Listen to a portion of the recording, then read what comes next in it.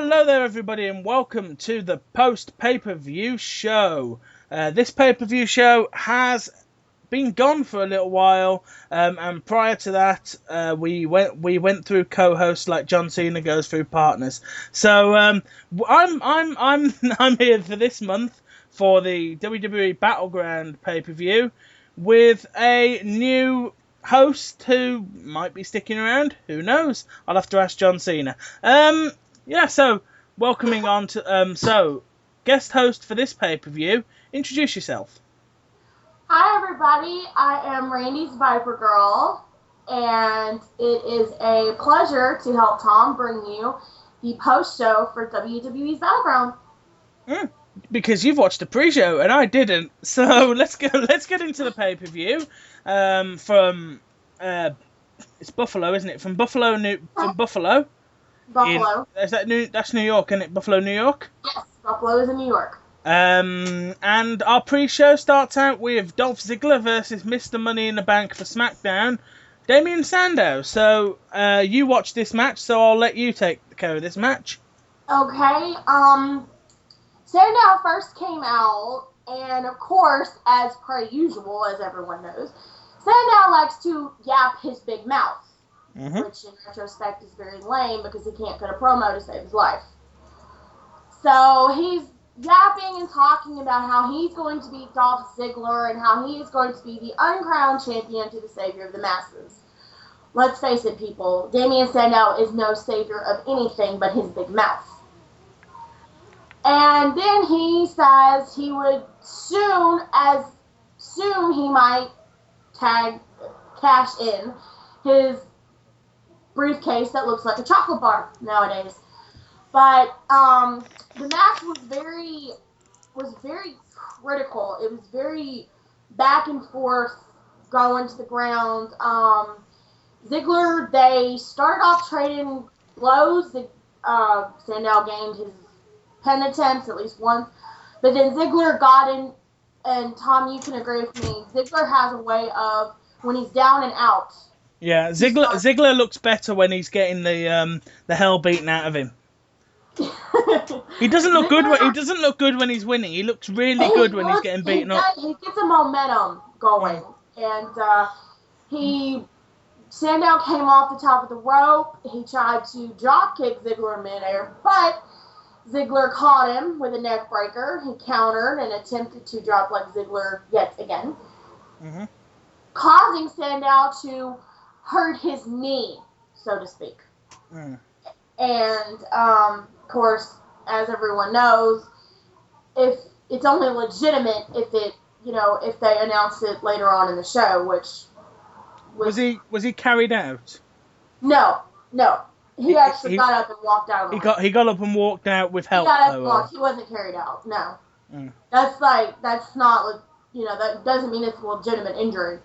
But Ziggler ended up winning with a zigzag and getting his 3 count. And once again, Damien Sandow was shut up. Finally. So even though you might not like Dolph Ziggler, you kind of owe him a big thank you for this because he finally shut Damien Sandow up. I mean, I do question whether it's a good idea to have the Money in the Bank briefcase holder losing, because I think you kind of need to build him up before he cashes in. It definitely shows that the WWE is trying to do more with the Money in the Bank winner than they used to do, because they wouldn't build them up quite as big. Yeah, but I mean, he lost to Dolph Ziggler on YouTube, I mean... that's a little weak. That makes him look a bit... He hasn't really won anything lately. He could do with this feud with Ziggler going on, and it being a big feud that Sandow comes out on top of in the end. It could make for a good feud. I think Ziggler needs a good feud. He needs a push. Yeah. Because with this whole, you saw him a couple of weeks back. He's been feuding with Ambrose from the Shield. And Ambrose is very has a lot of power and a lot of character, but he is involved in so many different storylines. So him doing one individually doesn't really work for him. Yeah. But I think Ziggler and Sandow could make a good feud because they definitely work more with the fact that it could give Dolph the big push he needs, but also give Damian that sort of out there thing to kind of get everybody psyched up that any second now, any show, any pay-per-view, he could cash. Yeah. So Or he could do just like everybody else and just wait around for WrestleMania to get here. no one's ever done that, have they? Held on to it for the year and held No, on I all the don't way. believe they've all said it. I think Edge is the first person that's ever said, was the first person that ever said, I'm going to wait till WrestleMania. I could have that wrong. I know Brian said it. Brian said it and then cashed in a few months Okay, later. well, yeah, they don't. They say it, and then, but you look at all the Money in the Bank winners from the past, and you look at how many of them have waited for the perfect opportunity. Yeah, but I'm okay. Well, I think a perfect opportunity. I mean, had he not been injured, I think he might have last night. Because after a match that is described as after a World Heavyweight Championship match, because we'll go into that now, described as a hardcore match. Yep, definitely, and I agree. That was definitely hardcore. You know, I mean, it's not as hardcore as I've seen hardcore. You know, comparing it to the street fight match between Cactus Jack and Triple H in 2000. You know, it wasn't a bloody brawl, but Could have been a little more. I think it could have been a little more. Had a little more action to it. You know, not just with the ladder. They could have used something more than the ladders and the chair and the trash can and the bucket. They could have put a table in. You know, brought in a table or a lot of the old stuff that they used to do back in the Attitude Era days. Well, at least the trash can came out. You know, it's good to see a trash can. Yeah, the trash can definitely had to come out at some point. So we'll go on to that. World Heavyweight Championship match, and your winner was Del Rio by submission. And did you notice the way he got him to submit? Folded the chair around the arm. In a chair. Yeah. Do you think, in your opinion, that he could have won without the chair? I think the chair. I think him using the chair is a good thing. Is a good way of doing it, basically, because it looks more brutal. You know, the only thing that I question is Randy Orton's been putting people's heads in chairs for a couple of weeks now.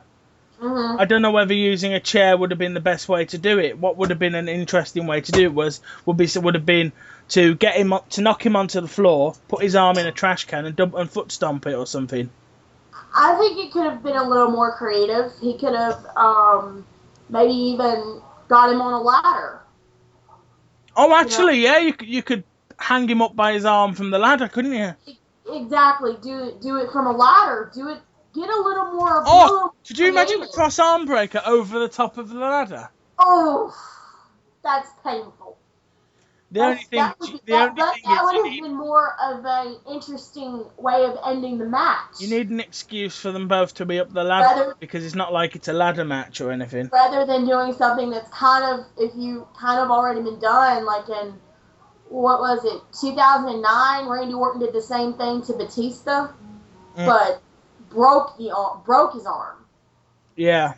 You know, you're seeing a lot of, one thing about Del Rio that's definitely not helping him at all, is the fact that he's using a lot of old stuff, which is basically kind of, to me, making his character a little boring.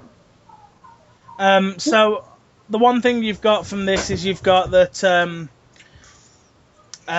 this is I don't think we're going to see much more of RVD because I think he's out of contract now. His 90-day contract is up. He's to work 90 days, off 90 days, and then he'll come back. Yeah. So in a couple of months. Who do you think is going to be his next feud for Del Rio? Who's going to be your next? I have a feeling. I'm not going to go 100% on this, but my gut tells me Christian's coming back. And The next contender for me, I think, and I think it's coming, is I think we're getting a split up of the Real Americans. I could see that happening. I could see Swag.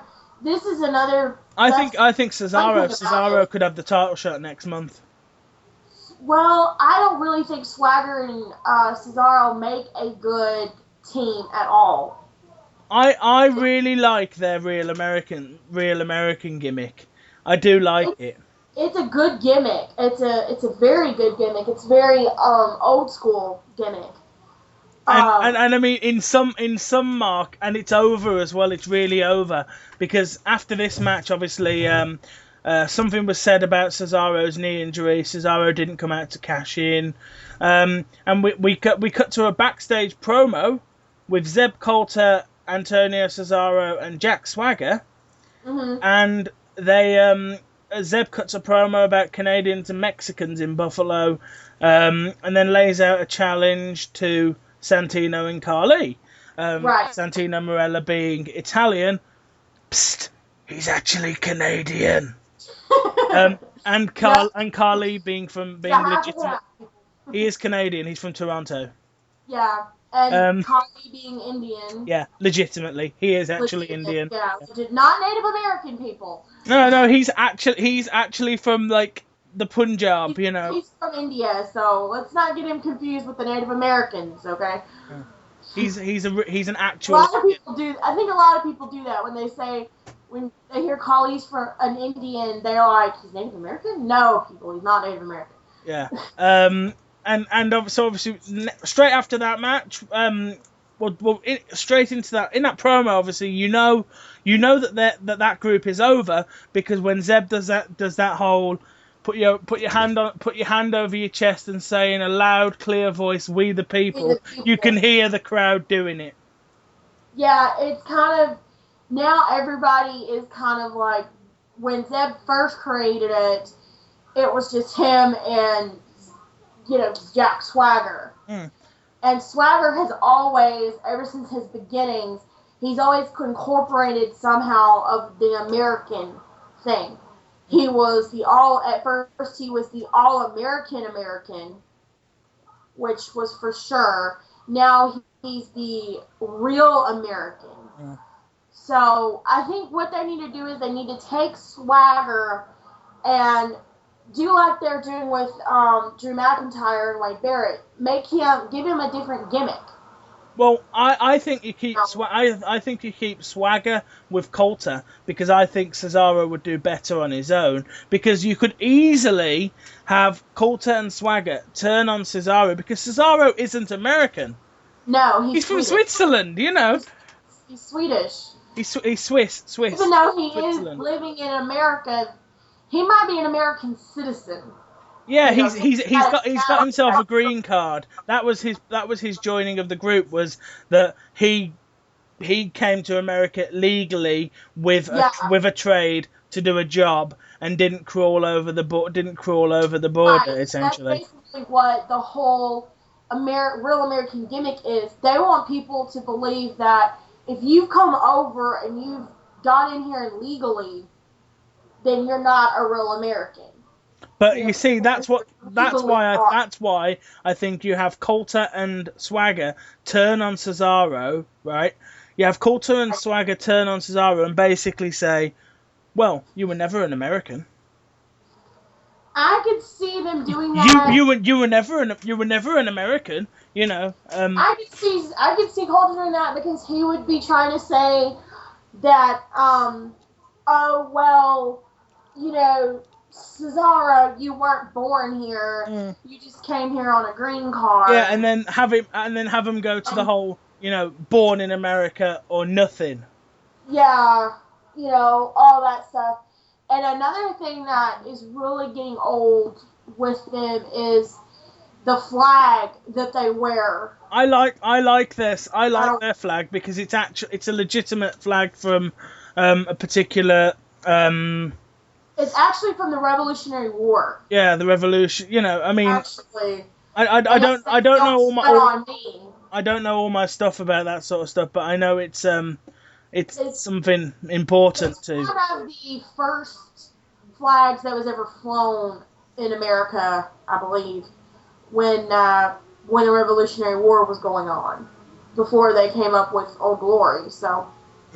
I mean, it's it's kind of funny to be talking about the origins of this gimmick because I mean that sort of gimmick came up when the Americans banded together and threw the British out. So Yeah, exactly. That's kind of that's kind of why I like the hero. group because it's sort of like, oh, look at them It's rising up, also kind of shit, they're shooting at us, it's also kind of a little bit of an updated play, if you might remember, with the border wars between Canada and the U.S. when you had when you had Bret Hart battling Shawn Michaels. Yeah.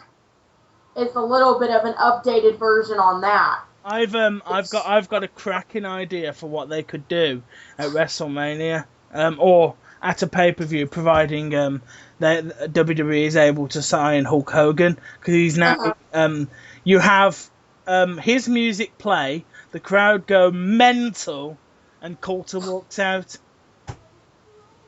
You have Hogan because Hogan's song is Real American. So you have Hogan's theme play, the entire crowd go absolutely mental because they always do, Yeah. And then Coulter just walks out and twirls his mustache. And everybody's just like, what in the hell? So it's sort of like Hogan's music hits and the crowd's like, yeah! Coulter comes down the curtain and it goes, yeah, to boo! And then it's you like, have him cut what a the you have him cut a promo and then have Hogan turn up and get rid. I could see that. I could definitely see them doing something like that. Just for like a little break during Mania, between big matches. Yeah, between everything, yeah. Between whoever Undertaker beats and the main event. Right, whoever Undertaker, which we still don't even know who Undertaker's even going to face. Yeah, but I mean, we're not going to know until like January normally, so. January, usually February, somewhere within that time frame. Back onto the pay-per-view. This match, the match up next, Santino and Carly with Hornswoggle in their corner versus Swagger and Cesaro. Not the longest of matches. The shortest match, I think, of the night, really. Only one real spot that you need to pay attention to, and that's the Cesaro swing. How he got Carly off the floor. That's what I was asking. How did he do it? And I mean, you've also got the point of I do every time I see these matches, I always say it. What is Carly doing having a match? Seriously, that man is in pain walking. Yeah, because he's got gigantism, He was out for a while having the surgery to remove the tumor, I believe it was, that had the thing is though he's still an unhealthy height, and he's always going to be. He's never going to get down to a normal height for a man of his age. And I mean, as uncomfortable as it is to think, he's not going to have the longest of lives either. No, because you look at you look at Andre the Giant. What happened? You look at if you want someone more similar to Carly, you look at Giant Gonzalez. Jorge Gonzalez, who was similar to Carly and competed with Undertaker at WrestleMania. He was the guy in the big muscle suit with the artificial hair. Oh, okay. Yeah, I know who you're talking about now. Yeah. He was a legit giant too. It was just, it's very unhealthy for people at that height. Yeah. To be done like Khali was done. It was very that was the thing I thought when I saw him take the giant swing, because that's gotta do a number on your knees. Well, not only having a dude pick you up by your legs, it's a very dangerous move. It's a very risky move because he could spin them around so many times and not only make himself dizzy, but make them dizzy, and then it could have a horrible repercussion to that You've got, move. but I think you'd feel safe with Cesaro doing it because He knows when to Cesaro's stop. been in the business for years. He knows when to stop, and he knows when to. He knows not to spin around enough to make himself so dizzy he Cesaro's a drops to the wrong. seasoned pro. Cesaro's a seasoned pro. It's it's definitely safer for someone like him to do it. If it was Swagger, I would suggest you get out of the way. That's also why I think Cesaro would be the one to go face, because that move gets us, that spot got a pop. It did. It got a really big. It was like everybody was just weirded out after that one. I So admit Cesaro could well go face on the back of that. he could well come off as a face, and if he was, I believe he would make a very good face. Oh yeah. Cesaro is. I haven't seen anyone like Cesaro in a while since they brought in a guy like Justin Gabriel. Yeah. Because Cesaro is, like you said, he's very seasoned. He knows what he's doing, and he's not predictable. You know, it's not like it's the same moves every week. It's different moves. You know, he's not like Swagger. So straight into the next match, and for a lot of people, straight to the bathroom. Curtis Axel with Paul Heyman versus R-Truth for the WWE Intercontinental title. Can we just get this out in the open? Paul Heyman does not belong in the WWE. Really? He doesn't belong there. He does not belong in the WWE. What? Nah. Why?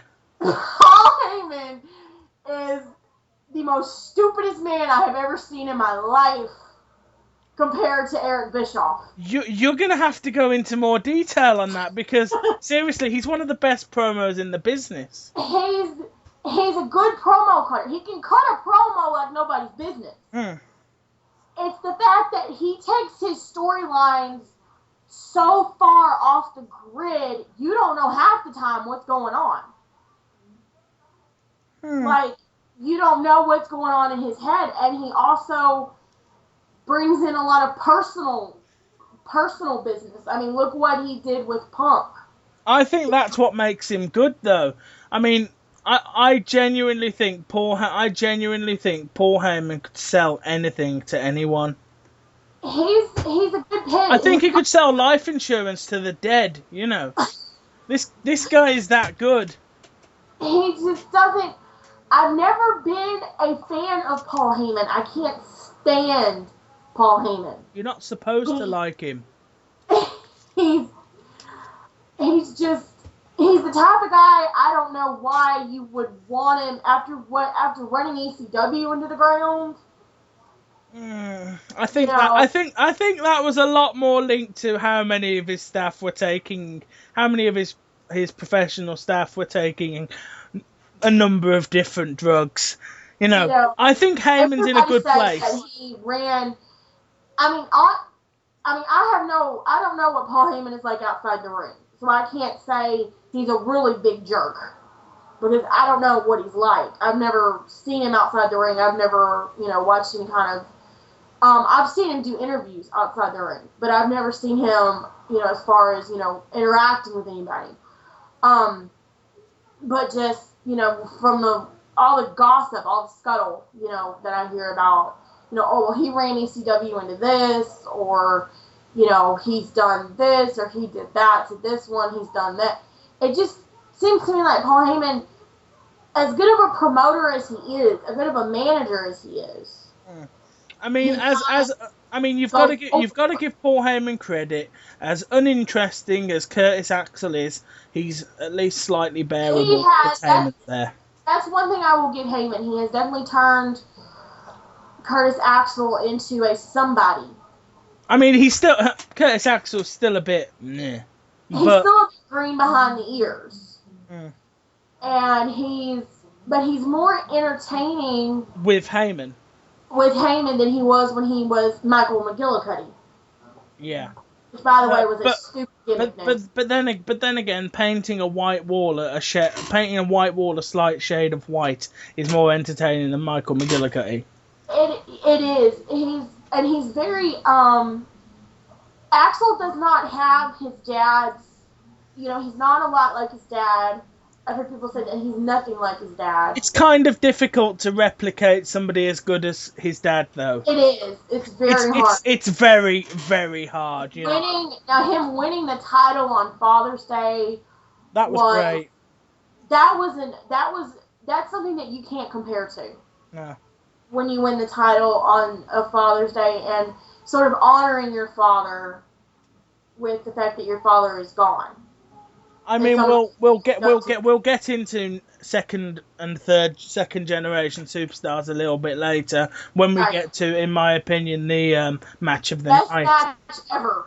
But before we get to that, we've got to get to the match that we spent ages talking about before we started this. Brie Bella being accompanied by John Cena girlfriend number 7 versus AJ Lee with Tamina. Second generation, of course. An interesting combination. Yeah. Tamina, second generation. Combination right there. Mm. Let's back up for a second and think about this. AJ Lee came into this company basically a nobody. Oh yeah. Nobody knew who she was, and everybody was just really, when they saw her teaming with Caitlyn and they were being sort of mentored by Natalya. Yeah. And then she got into the relationship.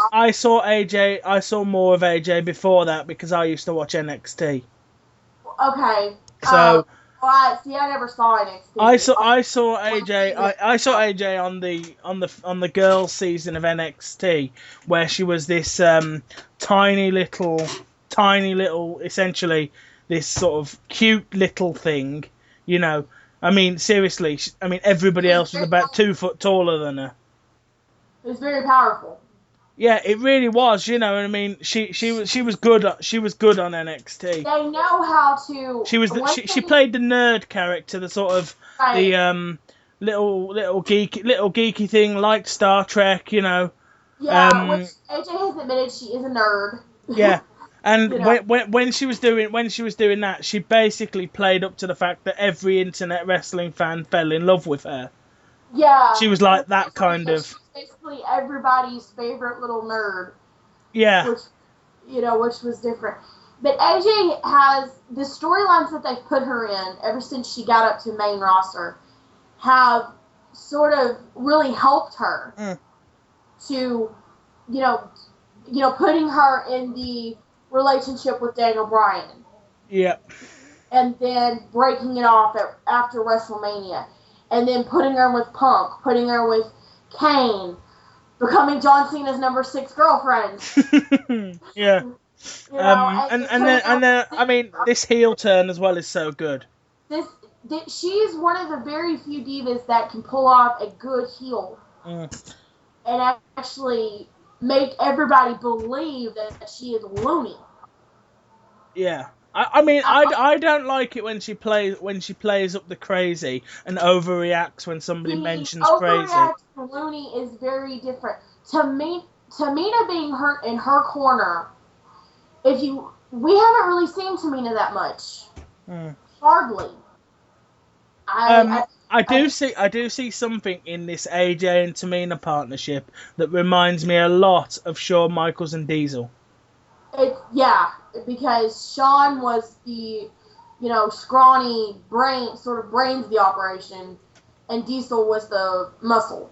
Yeah, and I think this works, and you've always got the option if AJ holds onto the title for a very long time to do that. To do the hired help the help turns on the champion, Well, I'm 4 times your size, why shouldn't I be the champion? And it didn't work. And so the thing was that it didn't work with her and Langston.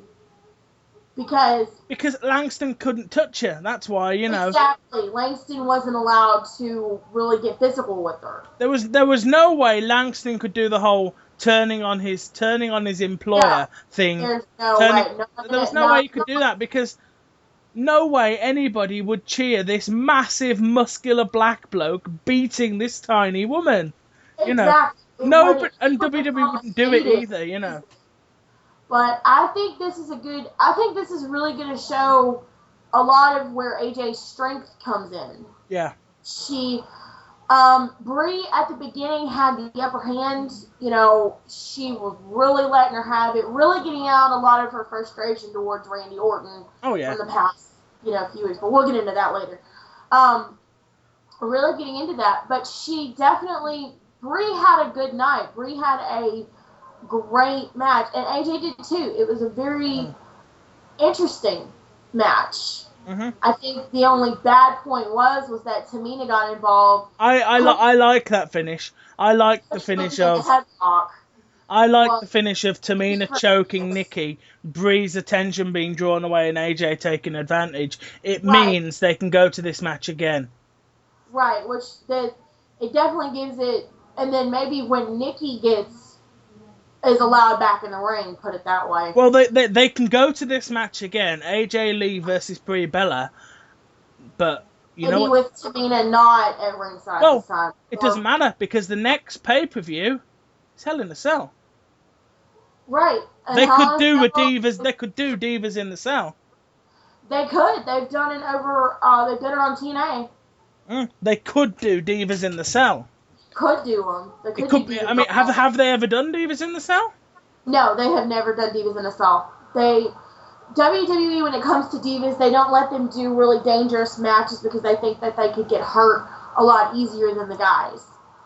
It doesn't have to be anything. It doesn't have to. All it has to be is a standard match with the occasional banging your head off the cage. Exactly. It could be standard, no stipulation match, just a regular Divas title match. It is something they could do, but I don't see Vince McMahon saying, "Oh, let's do this," because I think we might get it. I think it would work,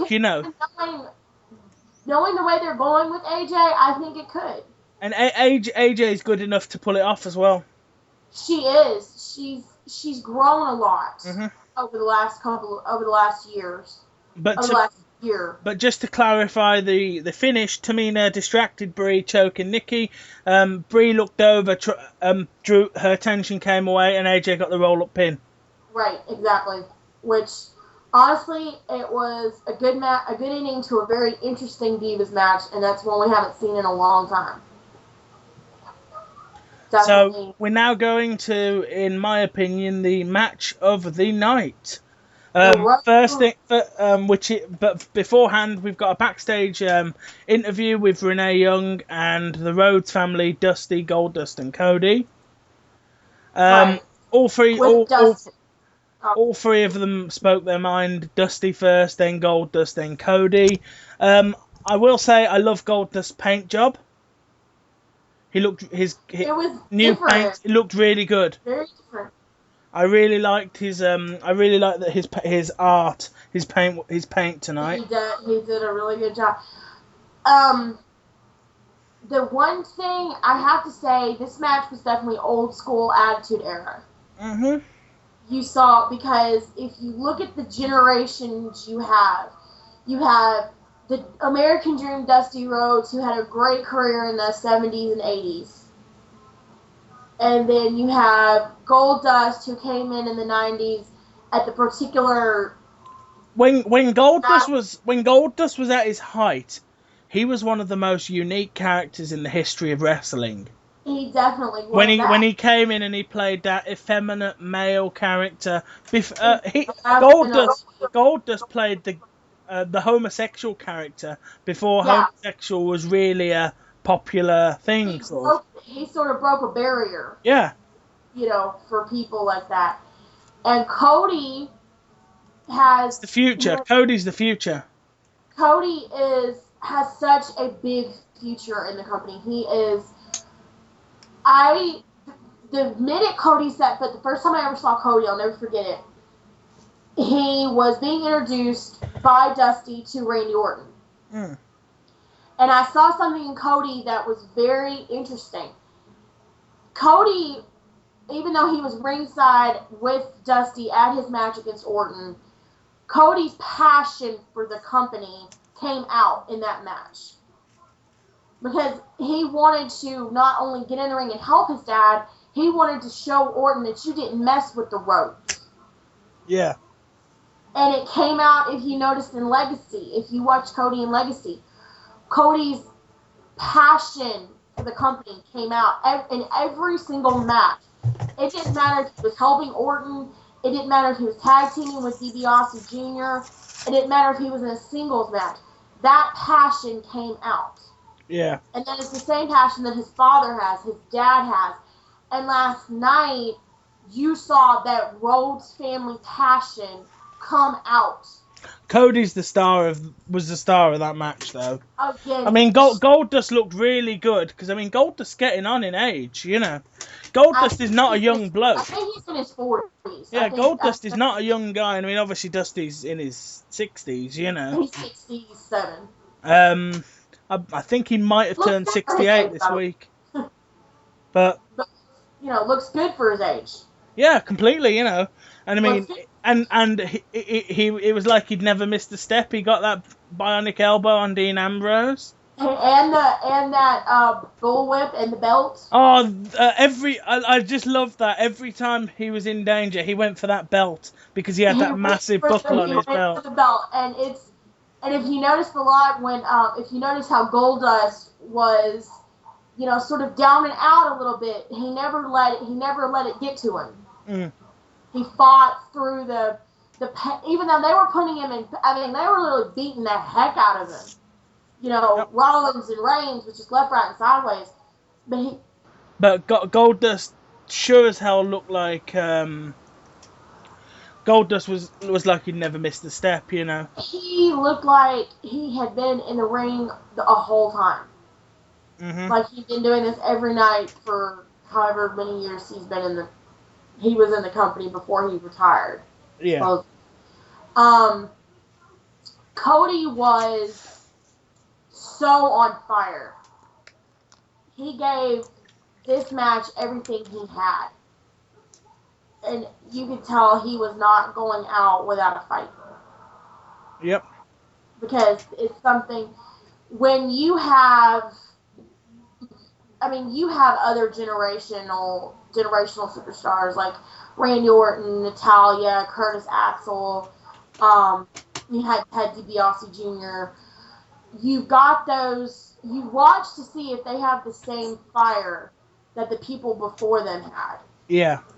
And I'd say Cody Rhodes definitely has that fire, that passion for wrestling as his dad did and as Dustin does.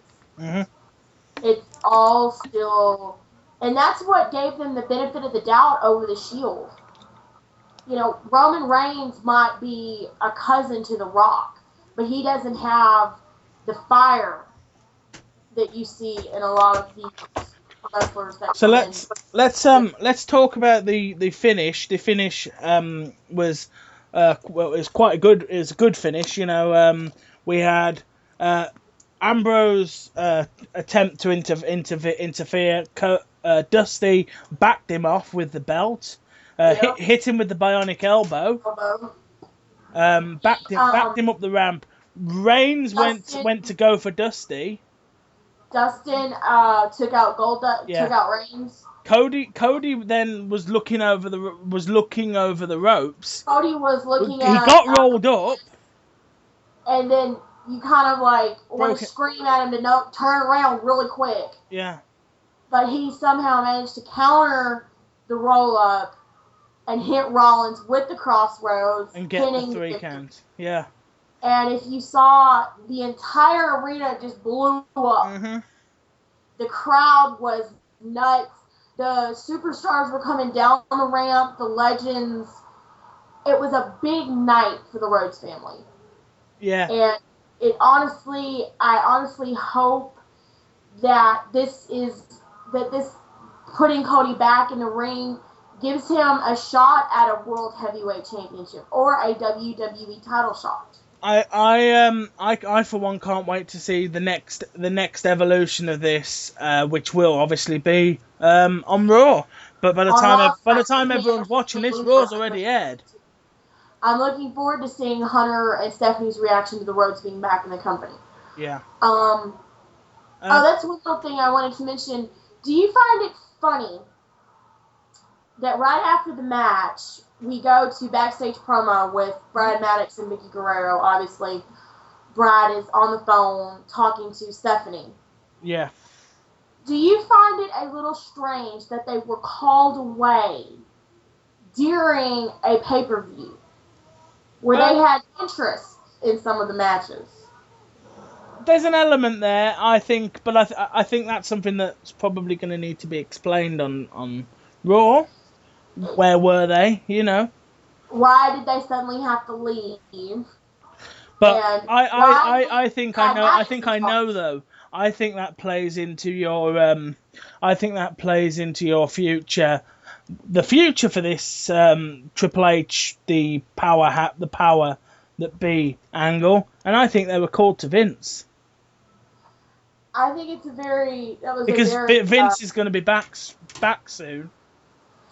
I would like to see what Vince has to say about this whole situation. Yeah, Vince is supposed to be coming. Vince is supposed to be coming back.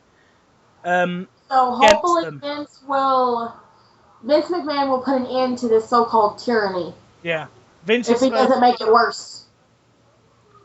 Much like when Vince used to go over the top in the late 90s, early 2000s, and Linda McMahon would come out and say, "No, Vince, we're not doing that. We're doing this." You know, Vince is gonna. That's kind of what somebody pointed out. Well, actually, I think I'm the one that pointed out when this first started that this was like going back to the McMahon Helmsley era of the early 2000s. Mm-hmm. It definitely seemed like they were trying to become the powerhouses that they once were. It could potentially happen. Now, again, by the time people are watching this, Raw's already aired, but there's a potential element. What if Triple H tries to fire the Rhodes anyway on Raw, and Vince's music cuts him off tonight on Raw? Like, oh crap! What are you doing here? You're ruining my fun. Yeah, Triple H is there, and he's midway through it. I don't give a damn what I don't care what the match result was. I'm still firing all of you. Hunter, I have to stop you right there. I'm sorry, I have to stop you right there. I am not going to allow you to fire the Rhodes family again. Yeah, Hunter, I have to stop you right there, but shut up. Just hush for a moment. Yeah. And Hunter's like, "Hello, I'm standing right here. You know, I'm the boss. I'm the boss around here. Don't tell me what to do." I'm Vince McMahon, goddammit. And that's another thing. Do you notice when they announced Stephanie is being owned as the owner, yeah? That's what I was about to mention. Do you find that strange? Or does anyone else find it strange? I think Stephanie's told him to do that. Promoted as the owner when she's not. As far as I know, I haven't heard any big She's the executive vice president. Of creative.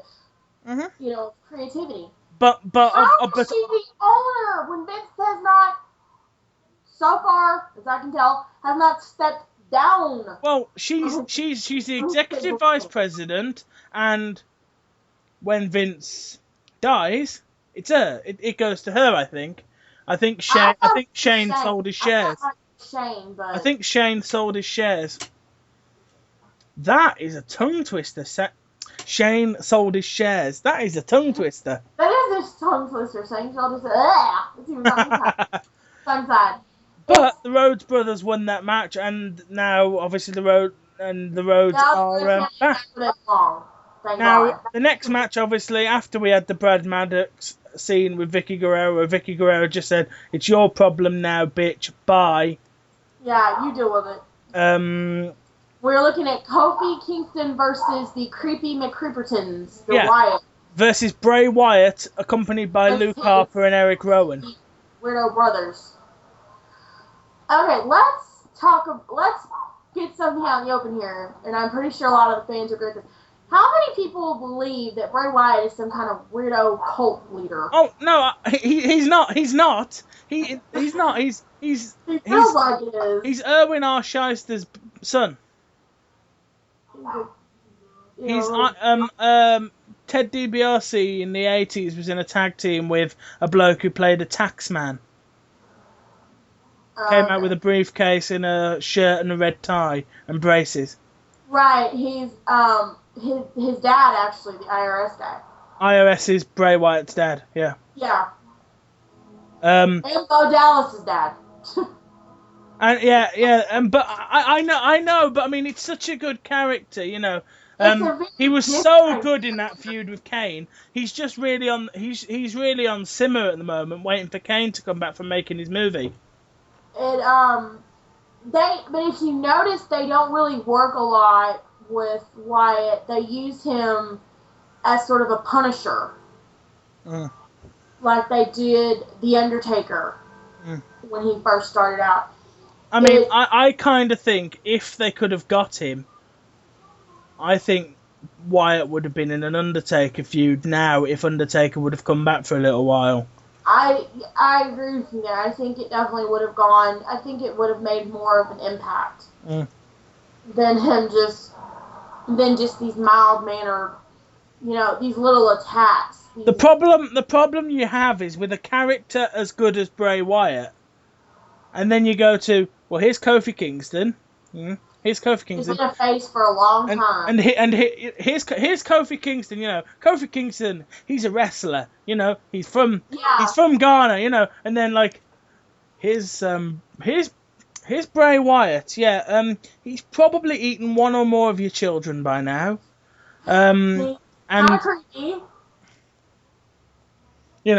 He's probably going to kill you. And he's very. But I will give Bray Wyatt this. I will say this.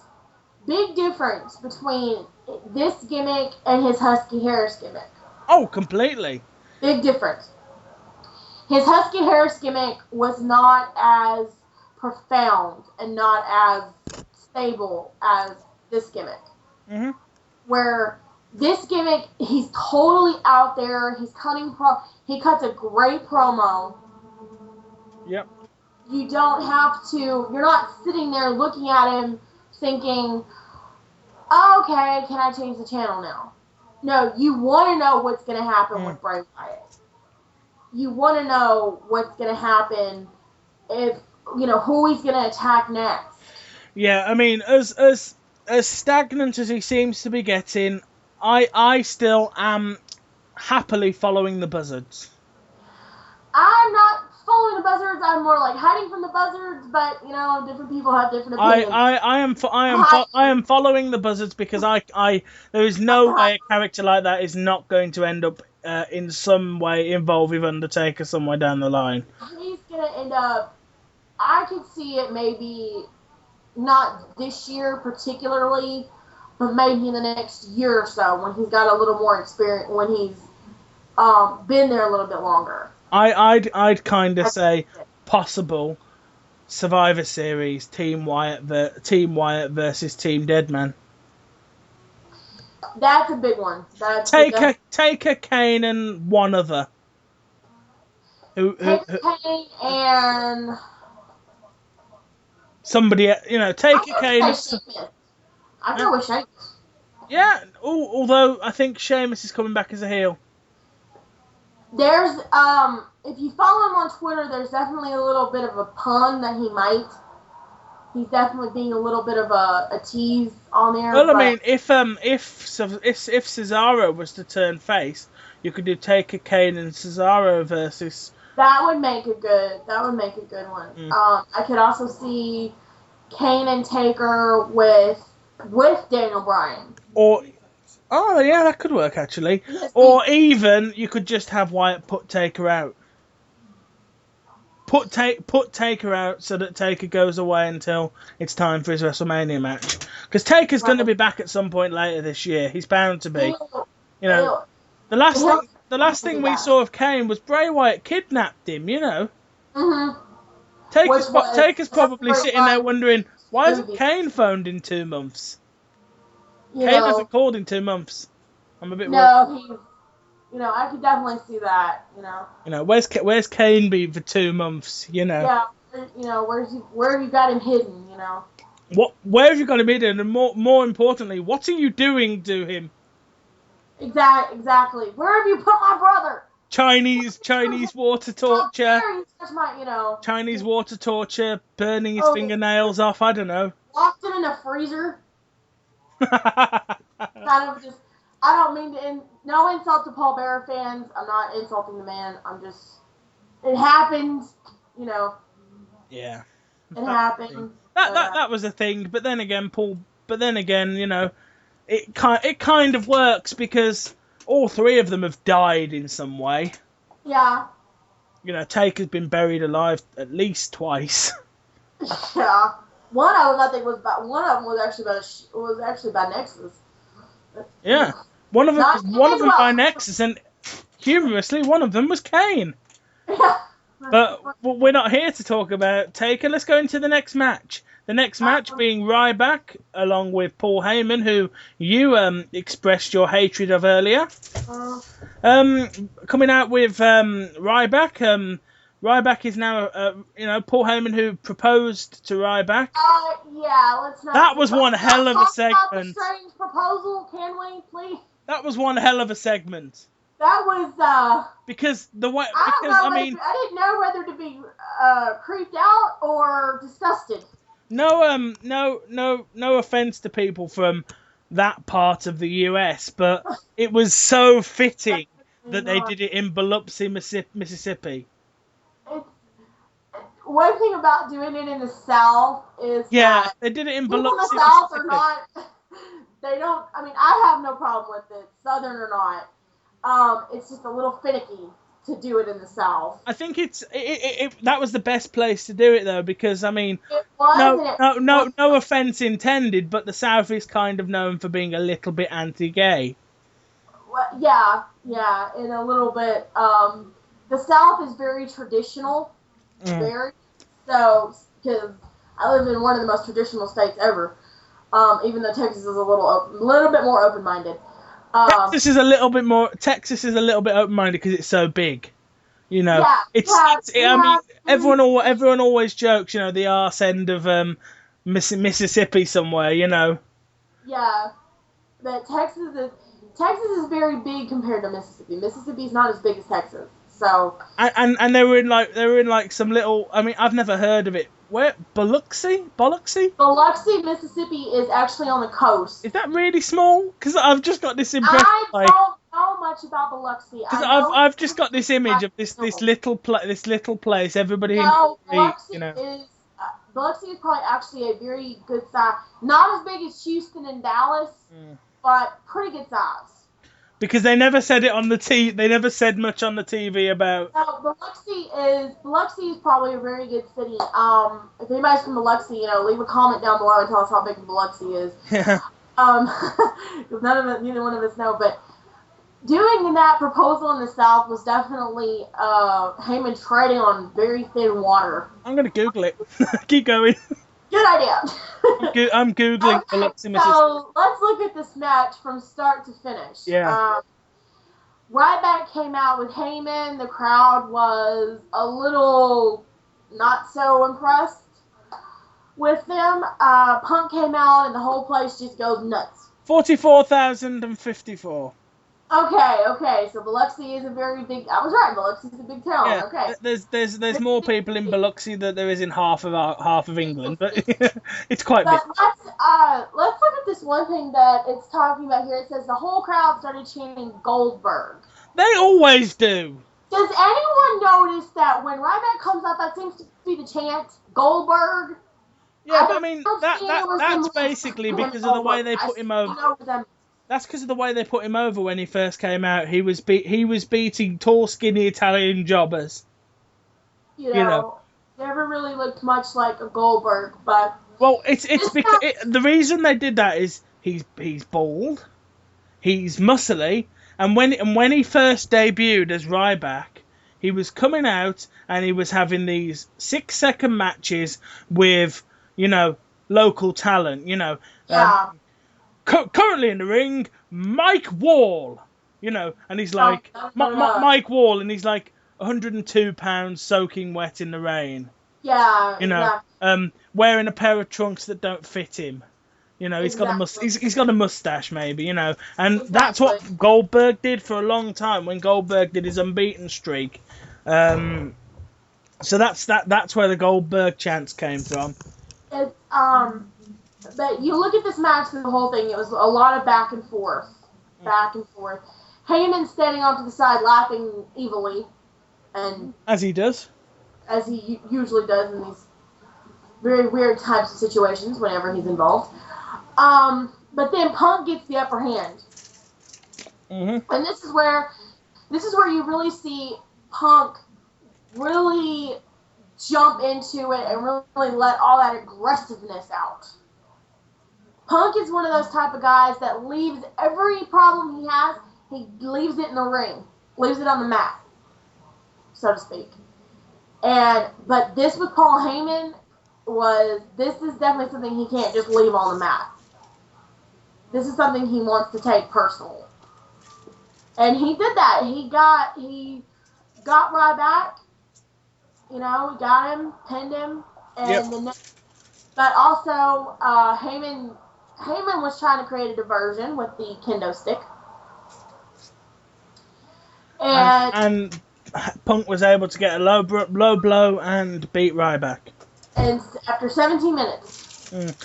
But you can do this match again because it didn't end cleanly. So the next match is probably in the cell. Heyman can't get in. I can see that happening. It's happened. It's been done before. Possibly you do the match in the cage. If Punk, they could even do it outside of the cell.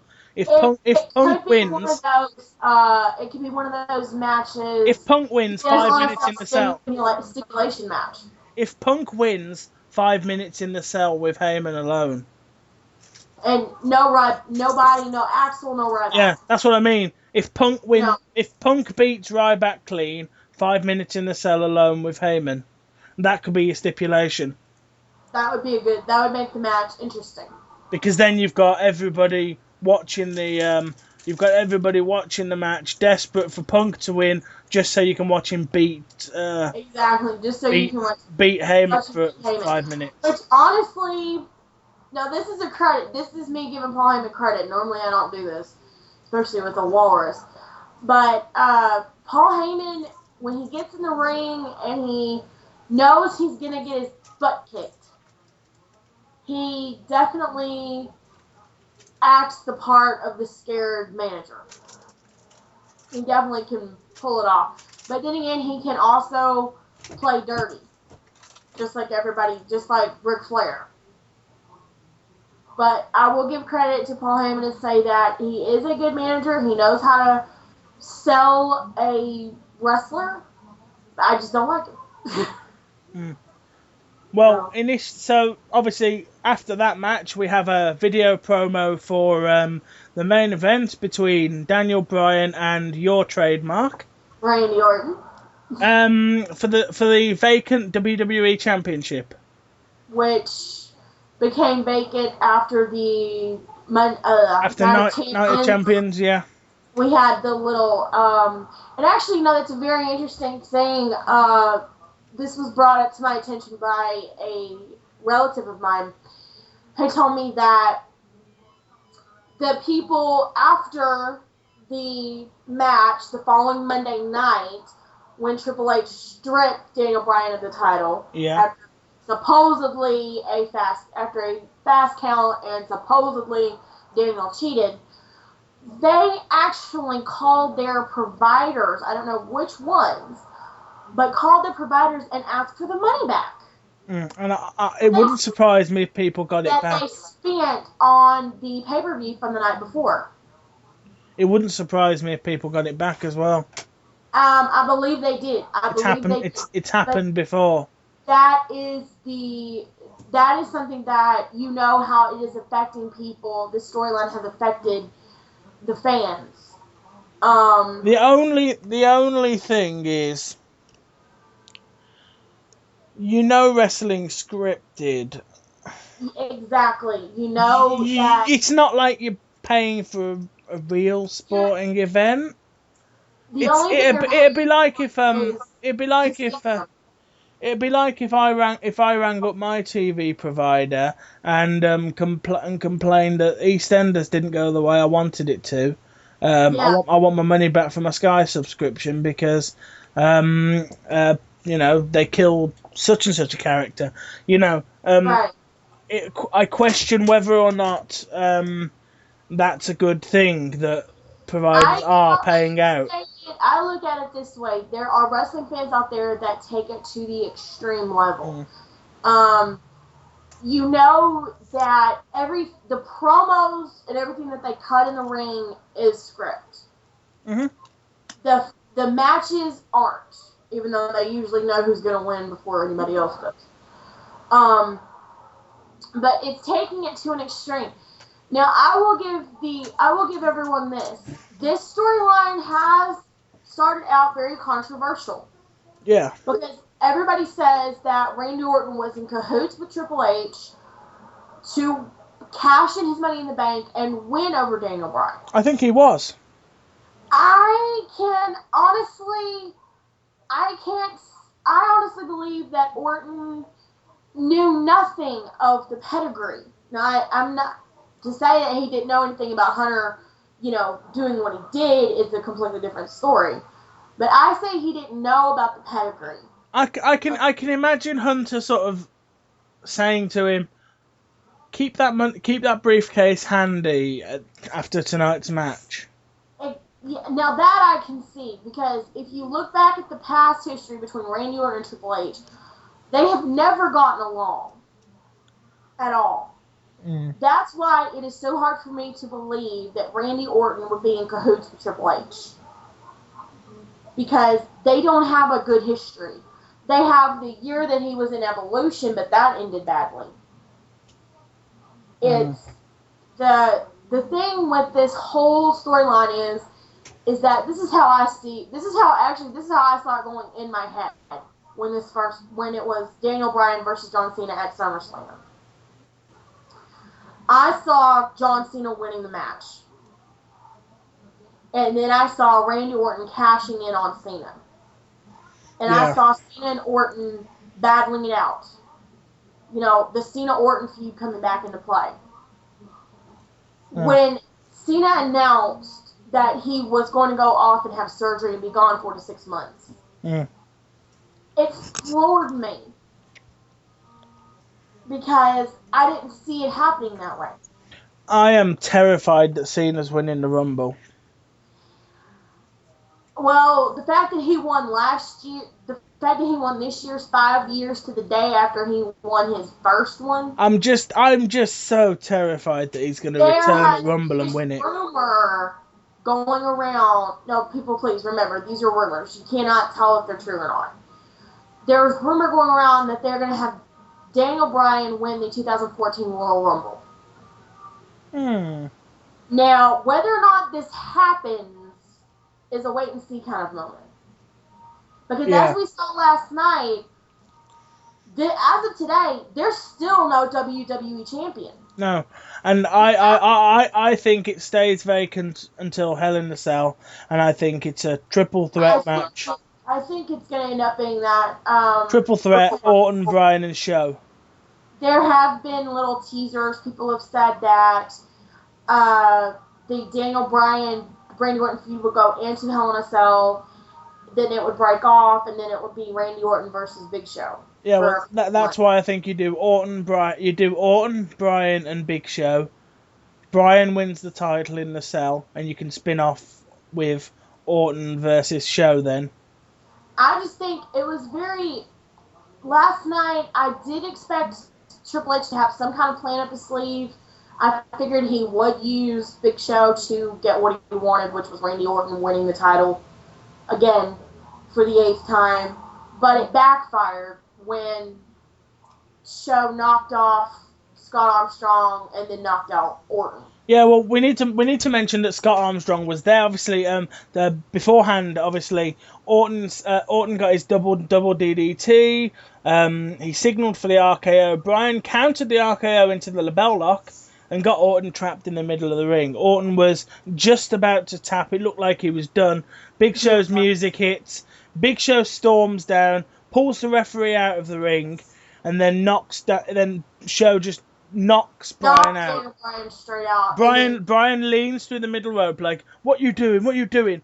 Big Show just clocks him in the head, knocks him back. Orton motioning for Armstrong down. Maddox is on the stage. Out comes Scott Armstrong, who was fired after the last pay-per-view. Right. So there's something there. Strange that he was going to be taken care of.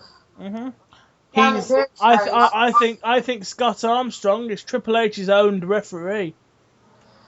I think if you look back at SummerSlam from last year, Triple H's match with Brock Lesnar, Scott Armstrong was the referee for that match as well. And you look at what happened during that match. Now, I believe Scott Armstrong is paid extra to do the dirty work. So that if something happens, the finger doesn't get pointed at him, but gets pointed at somebody else. Yeah. Which is basically what he did after Night of Champions. He pointed the finger at Daniel Bryan and said, Daniel, I'm sorry, we've been caught. Yeah. To make it seem like Daniel Bryan was the culprit behind what happened. Yeah. When honestly, it was Triple H. Mm-hmm. So you look at what Triple H has done look at what Stephanie and Triple H have done over the past month to Big Show. They have publicly humiliated him. Yep. They have forced him to knock out people that he respected and people that he looked up to as a child. I'm very much interested to see what is going to happen on Raw, because on SmackDown, I don't know if you watch SmackDown, but on SmackDown it was revealed that Triple H bought Big Show's house. That's one thing that I think that's what caused Big Show to sort of go over the edge last night, was the fact that Triple H owned his home. Triple H was threatening to throw him and his family out if he didn't do what he was told. Thing is, it makes you wonder. Big Show, Triple H didn't get what he wanted. No. I think we might see him do something to Show. Going to come up the ring, call Big Show out, and kick, and just literally tell Big Show, look, your family's kicked out of your house. Yeah, your house is being emptied out right now. Your house is being emptied out right now. You've got to go. Your wife and kids are being evicted. Yeah, I would advise you to get on a plane right now and go and sort things out. Exactly. And this is one of those storylines. Possibly even write Big Show out. Have Big Show go for that punch, and have the Shield maul him and put him down. This is one of those storylines that was very interesting, and I did a little snooping, just kind of look, because this happened back with Shawn Michaels back in 2008, and it was based on a real issue that Shawn had going on in his life. So I looked into it just to see if this was also playing off that. This is completely play. Big Show's got $5 million in the bank. 20 million actually. Oh, 20. 20 million. 20. I looked into it. 20 million in the bank. And it's a good storyline though. It is. It makes a good storyline. It's just it's not as this is supposed to be like really tragic, for Big Show. Yeah, but we know this sort of stuff. Well. He plays it so well that you would actually think it was actually happening. Big Show's good. And Big Show has always been good. Shawn Michaels, when he was going through this situation, he was not only going through it on screen, but also in real life. So you had a lot of... Shawn had sympathy, but then Sho is getting more sympathy because he's being forced to do more stuff than Shawn was ever forced to do. Yeah. Shawn was just sort of there to kind of make JBL look good. Big Show now is being used and abused and humiliated. And it's not even real. But yet, it's coming off as a great storyline. So, obviously, the ending of this match, obviously, Big Show storms down, knocks out Bryan. Orton goes for the pin. Big Show then pulls the second referee out, which is Scott Armstrong, knocks him out, and then knocks out Randy Orton. And Big Show is in the ring screaming. And we are left WWE championless again. Yeah. And the show ends with Big Show standing in the ring screaming. Just yelling his lungs out. So, in terms of this entire show, what do we think? I think it was somewhere in the middle. It wasn't a great show, but it wasn't a shit show either. It wasn't big. It didn't have enough build-up, first of all. It wasn't built up enough. It's definitely one of those pay-per-views that is going to be sort of an in-between, which is going to be like you're in between your third big ones, your Night of Champions, Hell in a Cell, and then, of course, after Hell in a Cell, we get into Survivor Series, which is the third biggest pay-per-view of the year, after SummerSlam and WrestleMania, of course. But I think for the roads, it made a good night for a wonderful comeback. As far as the WWE Championship goes, you could have played off of it a little more. But all in all, I think it was decent. I don't think it was a great one. I think it was decent, and I think it could come back next year and maybe be a little bit more intense. There's only so much build-up you can do There's only so much build-up you can do in 3 weeks, though. That is true. That is true. It's not like Hell in a Cell is at the end of the month, the 27th. You've got 4 weeks to still kind of build up to that one, and they usually do. They can usually build that one up in 4 weeks. And then you've got Survivor Series, and then Hell in a Cell. You've got TLC, which happens in Texas, down in Houston. Yeah. So we have 3 more pay-per-views this year to look forward to, and I can't wait to see what they do, not only at Hell in a Cell at the end of the month, but also what they do at Survivor Series and at TLC. So, yeah, obviously, by the time people are watching this, Raw's aired. I hope it was good. I'm sure it will be. I'm sure it was, because we're in the future now. Yeah, so thank you guys for spending time watching this show or listening to it, because it's mostly audio, you can leave it running in the background. So tell the people where they can find you on all manner of social media.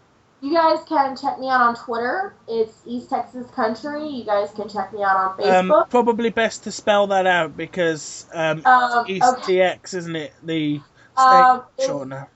It's EAST, capital TX, Country. You guys can check me out on Facebook. You can check me out also on YouTube. I have a YouTube channel, Christy Viper Girl. But essentially, they need to go to the main place to go in terms of you. They need to go to your fanfic page. Exactly. I was just about to say my fanfic page. Check out Randy's Viper Girl on there. I have some story. I posted some stories on there. I recently updated one. I'm still trying to work the kinks out on it, but. You guys can just, check me out, leave me a tweet, leave me, anything. I'm pretty well, leave me a comment on fanfiction if you guys read my stuff. Also, don't forget to check out, she'll kill me if I don't mention her, check out Taker Soul Girl on fanfiction on Twitter and Facebook. I have to mention her because she said to say hello. Yeah, she could. If she'd have asked, she could have been on it. You know. I actually asked her. I said, "Do you want to be on it?" And she said she couldn't because she didn't see it, and also she just got in from classes.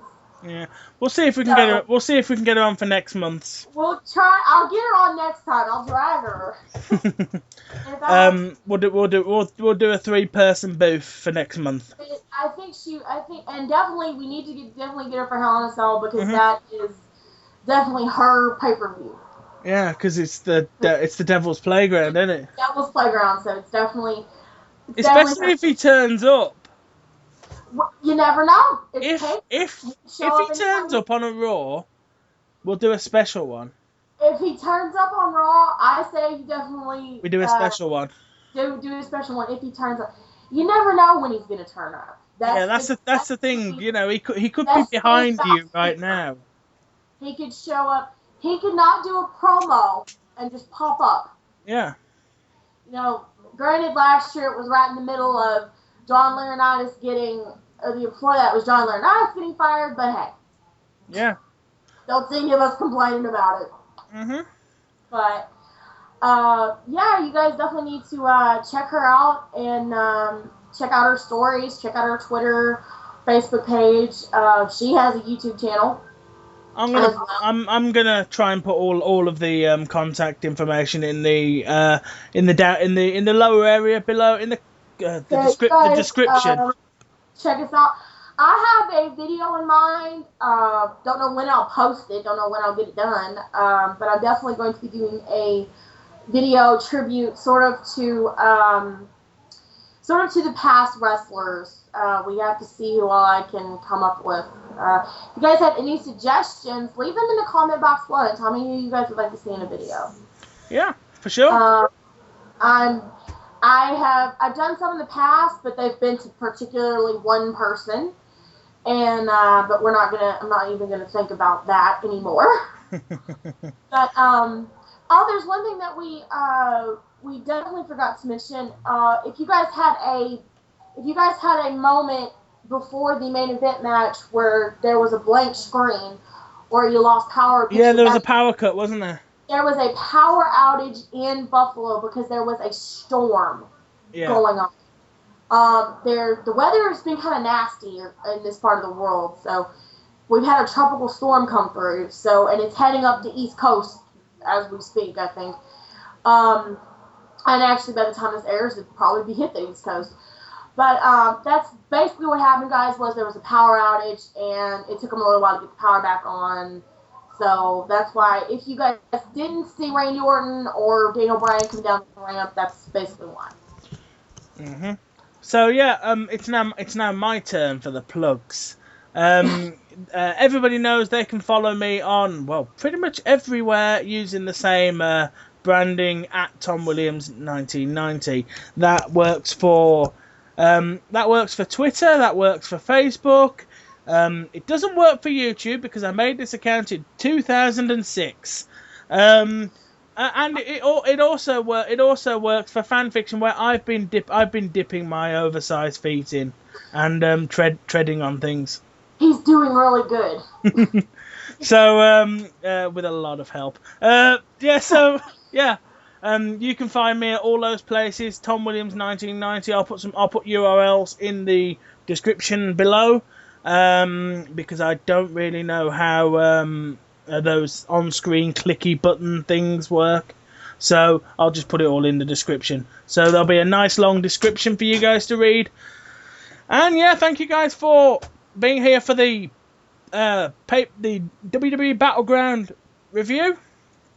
We'll be back next time. The next time we'll be back with one of these will be at First Draft, will be the Hell in a Cell pay-per-view, unless Undertaker turns up before then.